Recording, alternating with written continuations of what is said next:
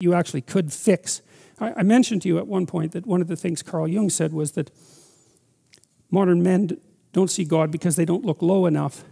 It's a very interesting phrase, and one of the things that I've been promoting, I suppose, online is the idea that you should restrict your attempts to fix things to what's at hand.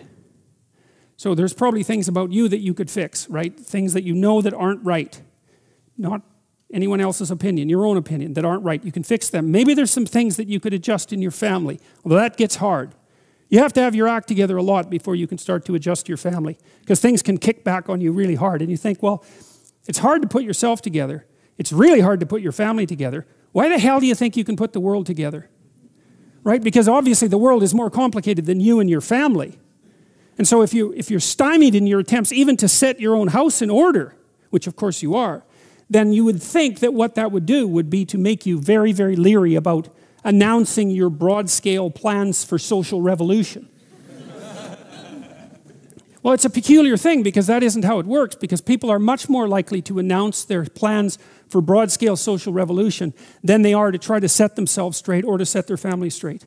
And I think the reason for that is that as soon as they try to set themselves straight or their families, the system immediately kicks back at them, right? Instantly. Whereas if they announce their plans for large-scale social revolution, the lag between the announcement and the kickback is so long that they don't recognize that there's any error there.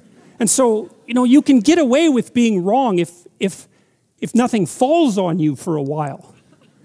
And so, and it's also an incitement to hubris, because you can announce your plans for large-scale social revolution and stand back and you don't get hit by lightning and you think, well, I might be right, even though you're not.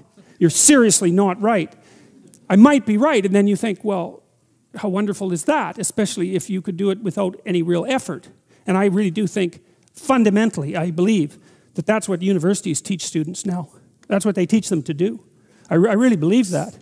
And I think it's absolutely appalling.